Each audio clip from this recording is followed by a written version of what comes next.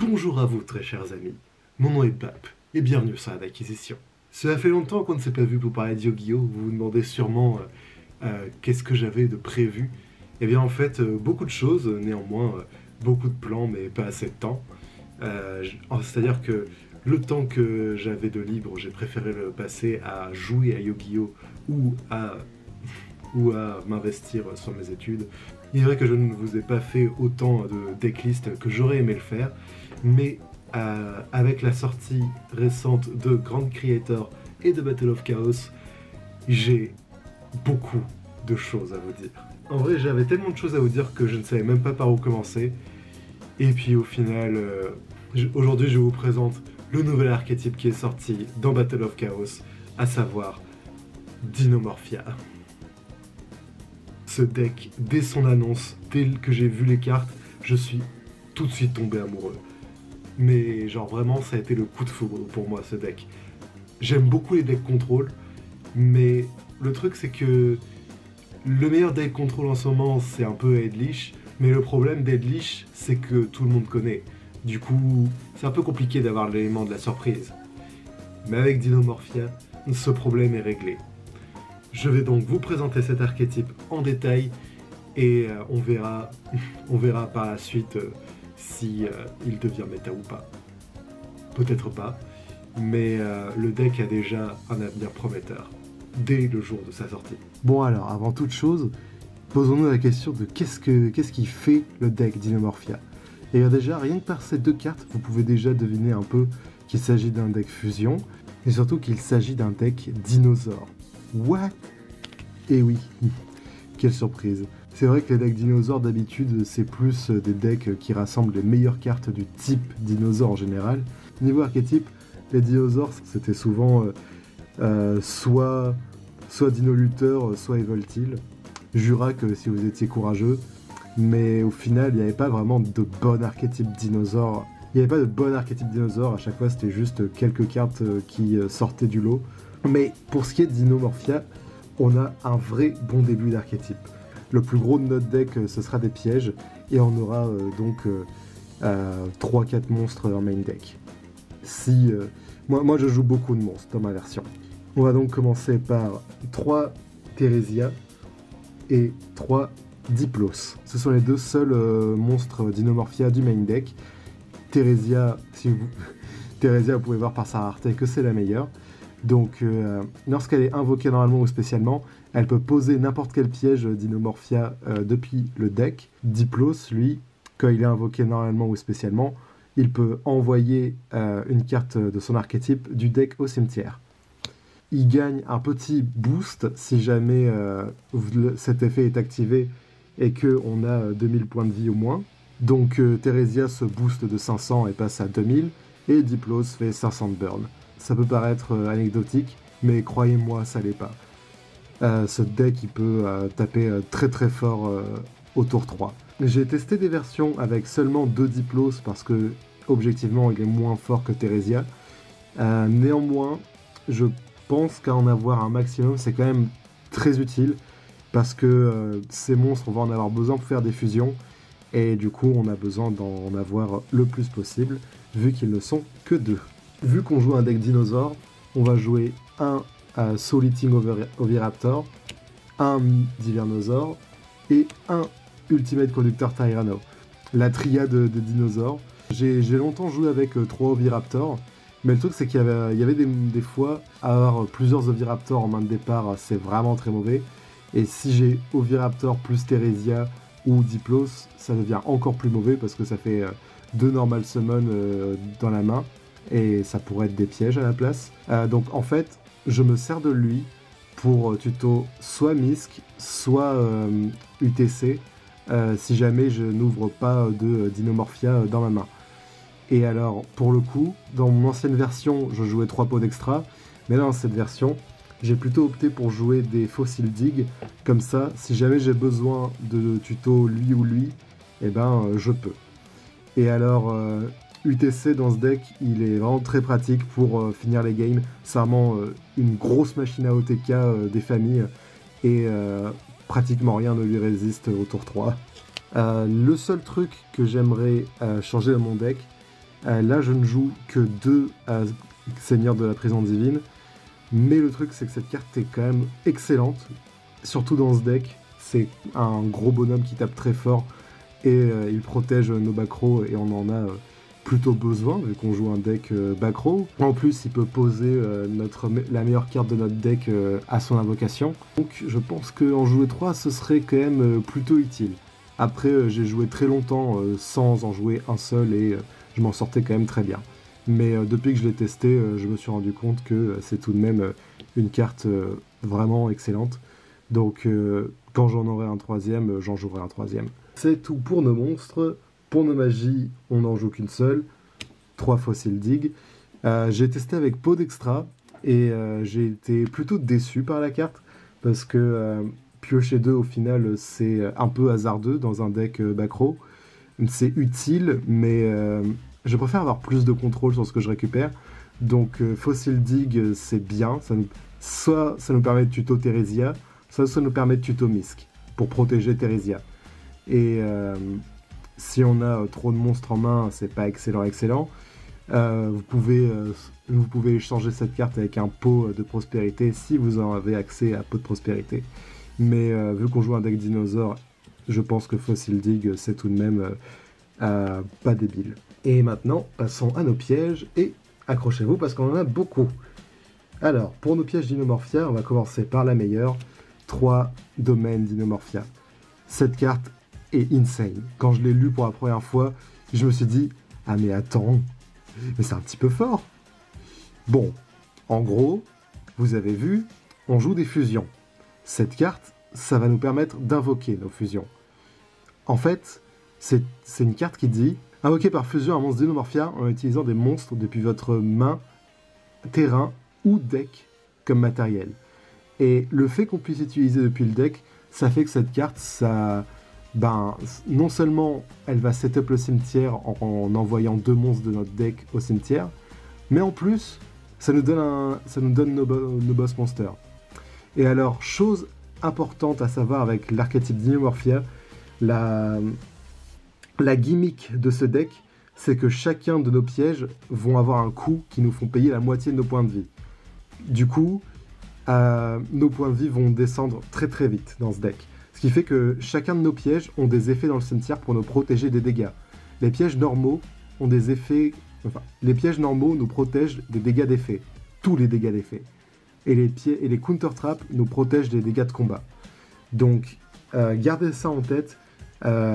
On peut finir le duel avec très très peu de points de vie, très facilement. Mais ne mourrez pas sur des trucs stupides. Parce que du coup, le deck est designé pour ne pas mourir sur des trucs stupides. Chose à savoir, pour l'instant, ça c'est le seul piège de fusion qu'on possède, mais dans le prochain set qui est Dimension Force, un deuxième sortira et qui sera vraiment insane. Il sortira avec également un nouveau monstre fusion qui sera un skill drain sur patte. On en reparle en mai. Ensuite, on va jouer 3 alertes d'Inomorphia.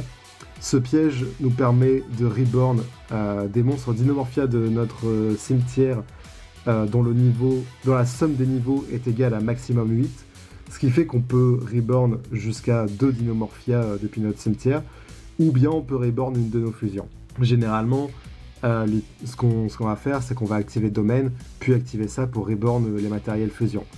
Après, ça nous lock, ça dit qu'on peut spé que des Dinomorphia le reste de ce tour, et les monstres invoqués ne peuvent pas attaquer directement. Néanmoins, vous vous doutez bien que pouvoir reborn 2 de nos monstres, c'est un gros powerplay. La manière dont on garde de l'avantage constamment dans ce deck, c'est de trigger Theresia à chaque tour, et Alerte nous permet évidemment d'accomplir cela. Suite à ça, nous allons jouer 3 brutes d'Inomorphia.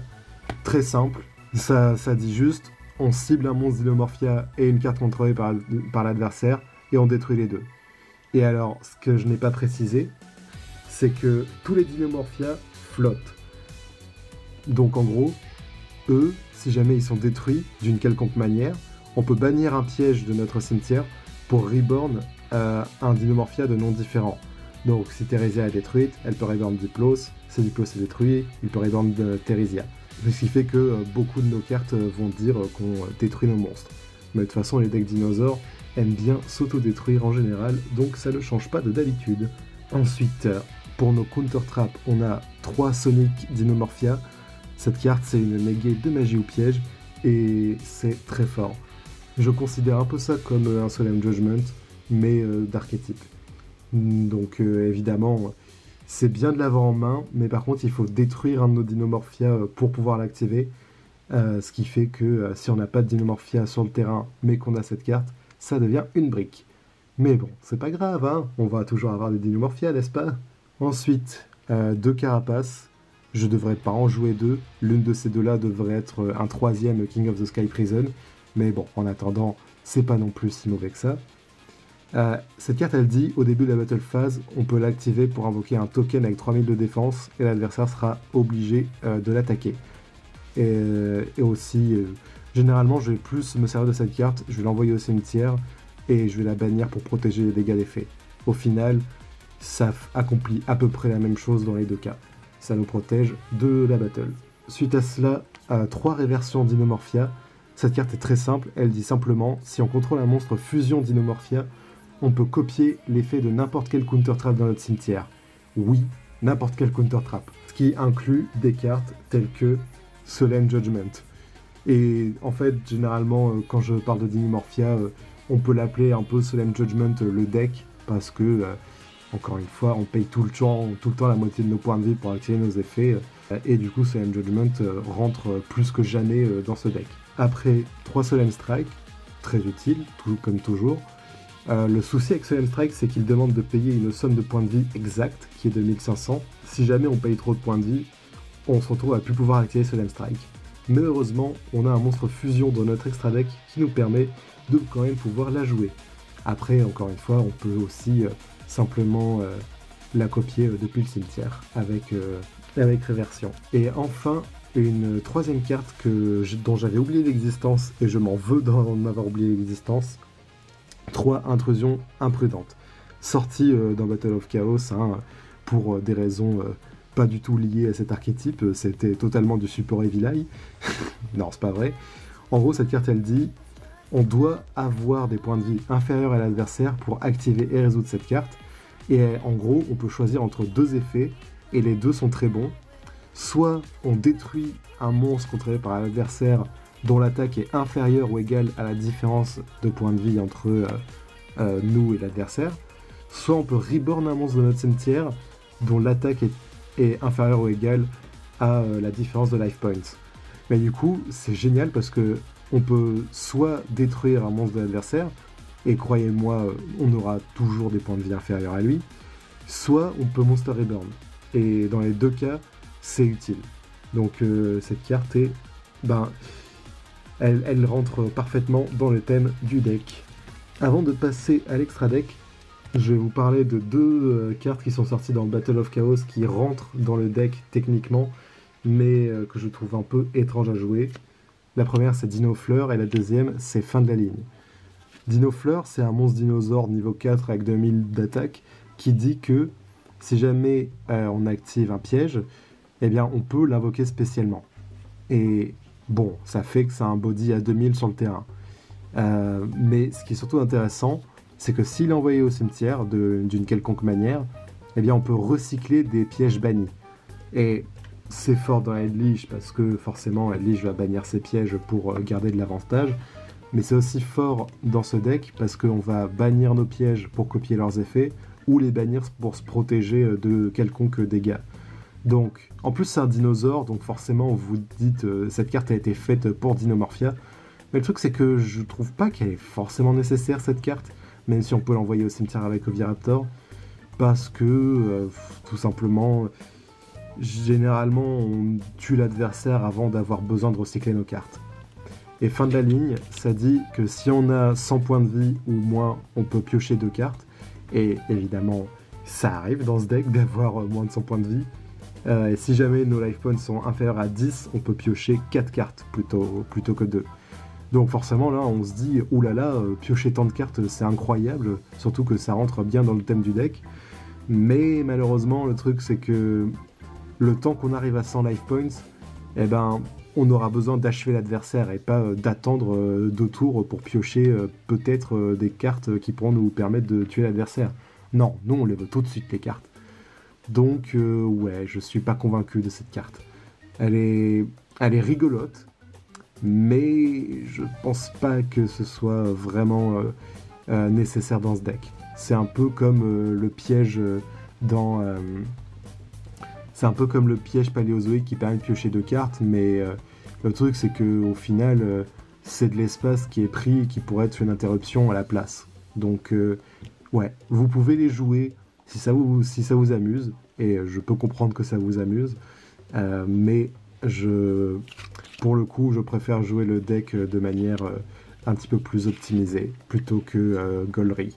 Même si, évidemment, c'est quand même des cartes Golry. Enfin bref, c'était des mentions spéciales, jouez-les, les jouez pas, faites comme vous voulez. Bon, maintenant clôturons ce deck profile avec l'extra deck, qui est, ma foi, la partie la plus intéressante du deck, puisque c'est là que se cache notre boss monster, à savoir Cantragina Dinomorphia.